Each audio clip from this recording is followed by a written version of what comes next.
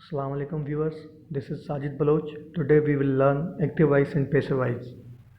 So let's get started. So what is the main difference between active voice and passive voice? इन दोनों के बीच में क्या difference है भाई?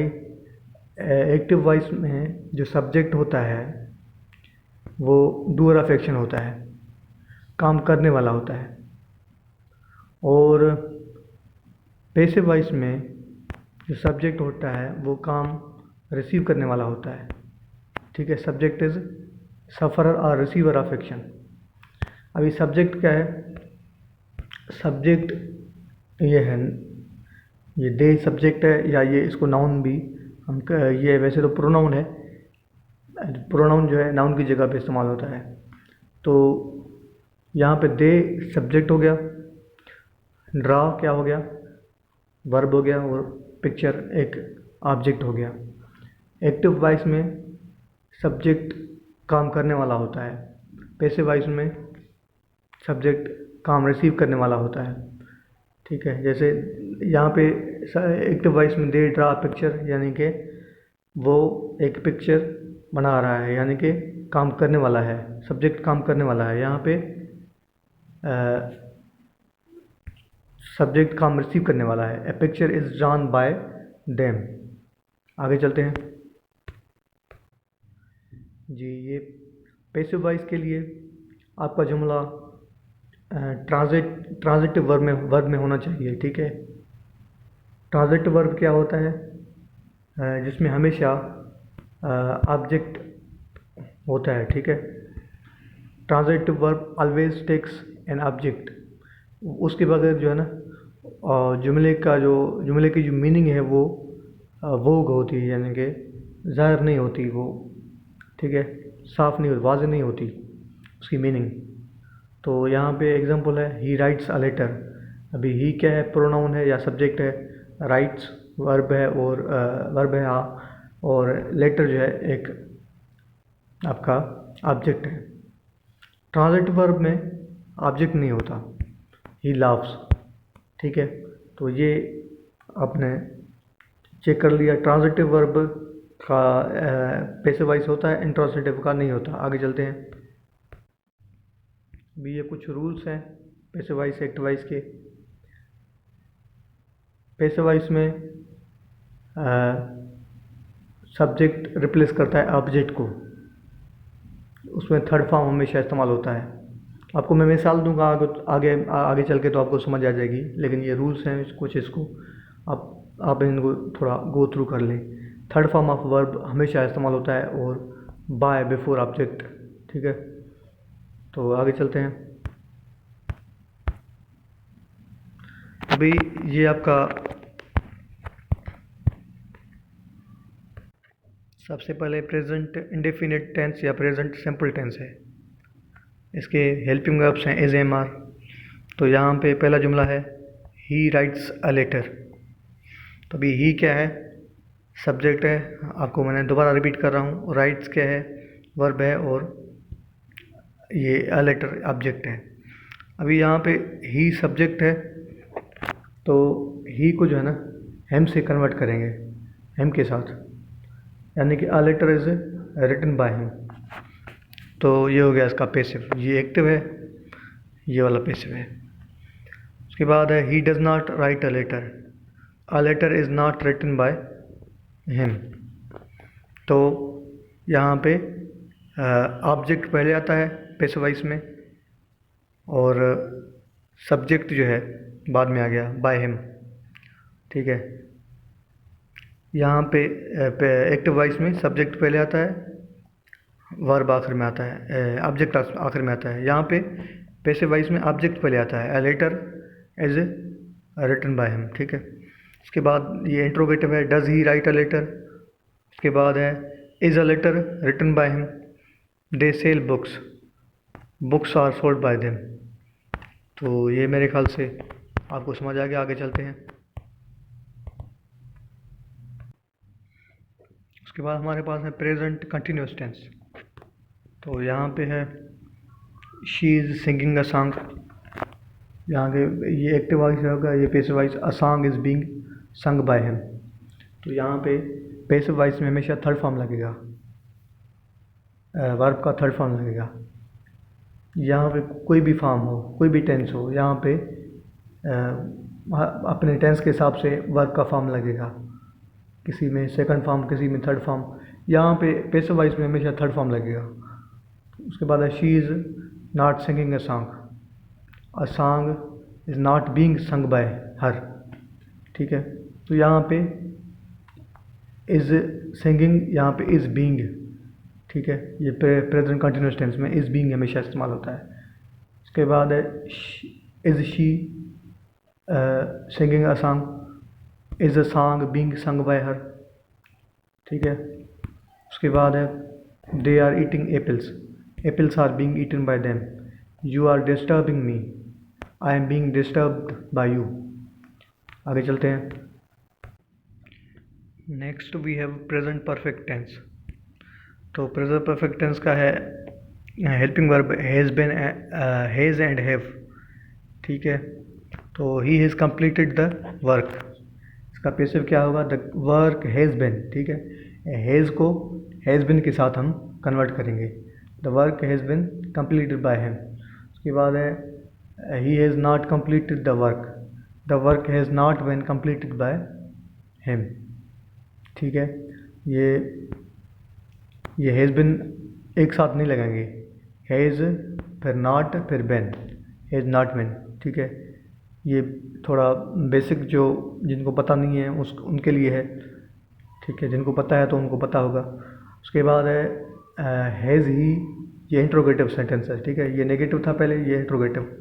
ये has he completed the work, इसका क्या होगा passive voice, has the work been, has the work been completed by him. ठीक है, उसके बाद है she has written a letter, इसका क्या होगा, a letter has been written by her, a letter has been written by her होगा यहाँ पे। ठीक है, उसके बाद I have made some cakes have been made by me. तो I hope this is clear, let's move ahead.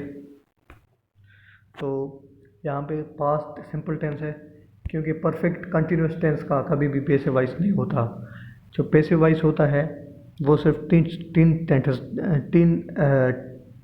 तीन हमारे पास टेंसेस का होता है, present indefinite tense, present perfect और प्रेजेंट आपका कंटिन्यूस। ठीक है, प्रेजेंट सिंपल, प्रेजेंट कंटिन्यूस और प्रेजेंट परफेक्ट, इन तीनों का पैसिव वॉइस तो होता है। बाकी चौथे का जो प्रेजेंट परफेक्ट कंटिन्यूस टेंस है उसका नहीं होता। तो बाकी पास्ट में भी इस तरह है, पास्ट परफेक्ट कंटिन्यूस टेंस का नहीं होता, और फ्यूचर में भी फ्यूचर परफेक्ट कंटिन्यूस टेंस का पैसिव वॉइस नहीं होता। ये रूल है पैसिव वॉइस का। ठीक है, उसके बाद है past simple, he bought a car. तो यहाँ पे होगा अकार वाज बॉट बाय हिम। उसके बाद है he did not buy a car was not bought by him. तो ये डिड नॉट के साथ आपको पता है फर्स्ट फॉर्म लगेगा। ये जो पॉजिटिव सेंटेंस है पहला, उसमें पास्ट सिंपल टेंस में subject second form of verb और ऑब्जेक्ट लगता है सिर्फ पॉजिटिव में। नेगेटिव में subject did not first form of verb और ऑब्जेक्ट। तो इसका he did not buy a car, इसका क्या होगा, a car was not bought by him. उसके बाद did he buy a car, ये इंट्रोगेटिव है। ठीक है, was a car bought by him. उसके बाद है she decorated the wall, the wall was decorated by her, ये हो गया। उसके बाद I helped them, they were helped by me. तो इसका मैं और जुमला बना देता हूँ। तो we bought apples were bought by us. We purchased clothes. Clothes were purchased by us. We purchased shoes. तो इस तरह हम दूसरे जुमले भी बना सकते हैं। तो आगे चलते हैं।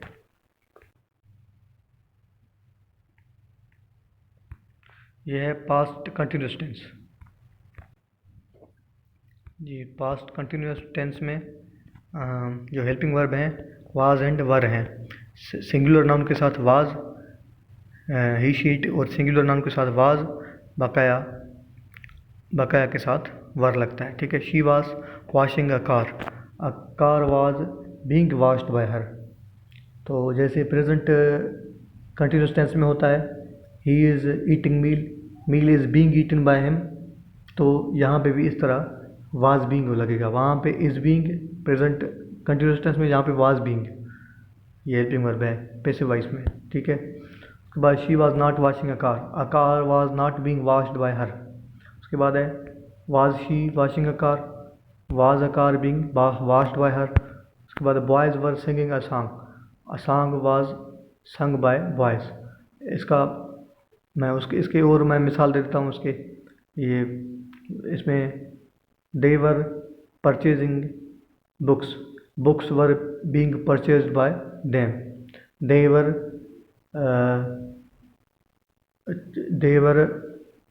Playing cricket was being played by them. उसके बाद है they were eating apples were being eaten by them. तो आगे चलते हैं। भी पास्ट परफेक्ट टेंस है। तो पास्ट परफेक्ट टेंस का जो हेल्पिंग वर्ब है वो हेड है। ठीक है। वो थर्ड फॉर्म ऑफ वर्ब लगता है एक्टिव वॉइस में। ठीक है। तो पैसिव वॉइस में हेड बिन लगेगा। They had one the match had been one by them. उसके बाद है they had not one the match had not been one by them. उसके बाद है दे वन द मैच, तो यहाँ पे होगा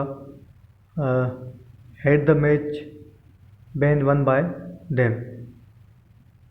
तो उसके बाद ये जुमला और भी है ही हैड कलेक्टेड, यहाँ पे होगा। ठीक है। इसको करेक्ट कर लें, collected. He had collected money had been collected by him. ठीक है। तो यहाँ पे आपको ज़्यादा से ज़्यादा सेंटेंसेस बनाने पड़ेंगे। अगर कोई बेसिक बिगनर्स हैं तो उनको ज़्यादा से ज़्यादा इन टेंसेस इन जो है ना आपके एक्टिव वॉइस पैसिव वॉइस के सेंटेंसेस बनाने पड़ेंगे ताकि उम्र भर के लिए उनको ये चीज़ें याद रह जाएं। Let's move ahead. अच्छा, फ्यूचर इंडेफिनिट टेंस या फ्यूचर सिंपल टेंस। तो इसका जो हेल्पिंग वर्ब है वो है विल और फर्स्ट फॉर्म ऑफ वर्ब। तो इसका है he will write a letter will be. Will कहाँ पे पैसिव वॉइस में विल बी में कन्वर्ट हो जाएगा, और यहाँ पे हमेशा थर्ड फॉर्म ऑफ वर्ब लगता है, आपको पता है। A letter will be written by her. Passive voice में हमेशा थर्ड फॉर्म ऑफ वर्ब लगता है। ठीक है। कोई भी टेंस हो। ठीक है। पैसिव वॉइस में जब होगा तो थर्ड फॉर्म ऑफ वर्ब लगेगा, और बाय के साथ ये हर आएगा, या बाय के साथ कोई भी ऑब्जेक्ट आ जाएगा। ठीक है। उसके बाद है she will not write a letter will not be written by her. Will she write a letter, तो यहाँ पे होगा will a letter be written by her, will a letter be written by her. उसको you will receive a letter. उसके बाद है the letter will be received by you. उसके बाद they will arrange the money will be arranged by them. ये easy है। आगे चलते हैं। तो ये फ्यूचर परफेक्ट टेंस है।